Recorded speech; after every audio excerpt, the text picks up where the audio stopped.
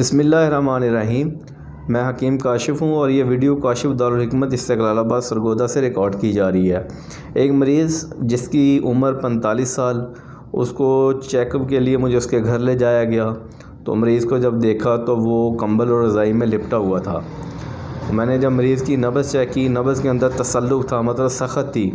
نبض زیگ تھی، ذرا تنگ تھی اور طویل تھی، 3 سے 4 انگلیوں تک تھی اور سری تھی، بہت تیز تھی۔ ایسی جو نبض ہوتی ہے وہ عضلاتی غدی نبض ہوتی ہے تو، اور ہار تھی، گرم تھی، تو اس مریض کو بہت شدید بخار تھا اور وہ کانپ رہا تھا۔ تو بخار کے بارے میں پہلے بھی بہت ساری ویڈیوز بنائی ہیں کہ بخار کس وجہ سے ہوتا ہے، سوزش و آرام کی وجہ سے۔ جو حکیم انقلاب صابر صاحب کی بکس ہے سوزش و آرام، اس کا اگر مطالعہ کیا جائے تو بخوبی اندازہ ہو جاتا ہے کہ ماہیت کیا ہے اور اس کا حل کیا ہے اور آرام کیا ہوتے ہیں، اس کا اصولی علاج کیا ہے۔ تو جو کانپنا ہوتا ہے، اصل میں جو تھرمامیٹر کے اندر، بخار کے اندر تھرمامیٹر میں ٹمپریچر شو ہوتا ہے وہ غیر طبعی حرارت ہوتی ہے، لیکن بخار کے اندر طبعی حرارت پیدا کرنا ہی اصولی علاج ہے۔ اور قوت مدبرہ بدن جو امیونٹی ہے وہ عضلات کے ذریعے، مسکولر ٹیشوز کے لیے حرکت کے ذریعے اس غیر طبعی طریقے سے حرارت کو پورا کرنے کی کوشش کر رہے ہوتی ہیں۔ یاد رکھیں، حرارت 2 طرح کی ہوتی ہے، ایک جو ہے وہ صفرا کی وجہ سے ہوتی ہے جو خون میں موجود ہے، اور دوسرا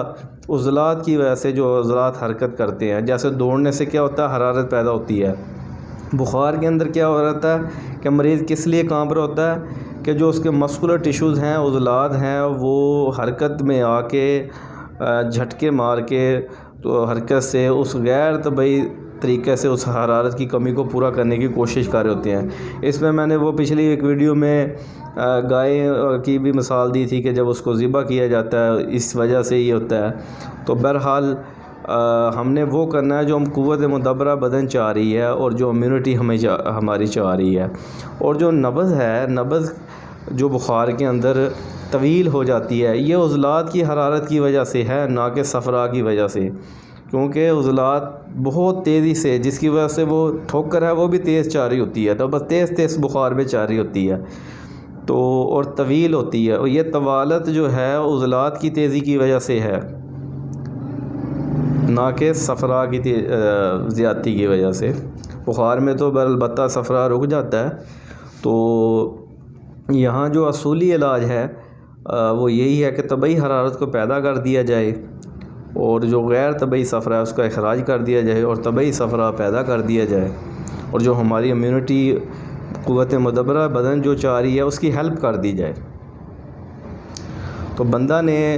اس کو جو دعا تجویز کی، اس ساری صورتحال کو مد نظر رکھ کے، غدی اعصابی اکثیر جو ہے وہ 4 رتی، بند نزلہ 3 رتی، کشتہ گو دنتی 2 رتی، 7 گلو 1 رتی، صبح دوپہر شام 3 ٹائم یہ کھانے کے لیے تجویز کی، اور الگ سے 6 رتی عضلاتی غدی شدید صبح و شام پہلی دوا کے 15-20 منٹ کے بعد یہ بھی کھانے کے لیے دی گئی، تاکہ جو حرارت ہے جتنی جو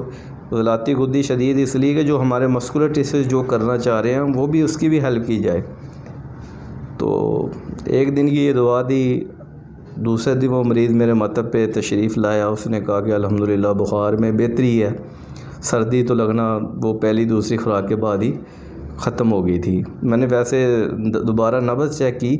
تو جو تیز چاہ رہی تھی اس کے اندر کمی آ چکی تھی، البتہ بخار موجود تھا۔ بخار 3-4 دن لازمی اس میں لگ جاتے ہیں سوزش کو ختم ہوتے ہوتے۔ انہوں نے ساتھ میں یہ بتایا کہ تھوڑی بلغم جو ہے وہ سینے میں تھوڑی سی ایسے محسوس ہو رہی ہے، جمی ہوئی۔ تو بندہ نے جو پھر ان کو 3 دن کے لیے مزید دوا تجویز کی، اس کے اندر غدی اعصابی اکثیر جو ہے وہ 4 رتی، بند نزلہ 3 رتی، کشتہ گو دنتی جو ہے وہ 2 رتی، 7 گلو 1 رتی، یہ 3 ٹائم۔ اب الگ سے اکثیر ورم جو ہے وہ 1.5 ماشا صبح و شام پہلی دوا کے 15 منٹ کے بعد کھانے کے لیے دیا۔ میں نے انہیں کہا بہتر ہے اگر شہد میں مکس کر کے چاٹ لیں تو الحمدللہ ان کا جو بلغم ریشہ جمع ہوا تھا وہ بھی اخراج ہو گیا، بخار بھی اتر گیا اور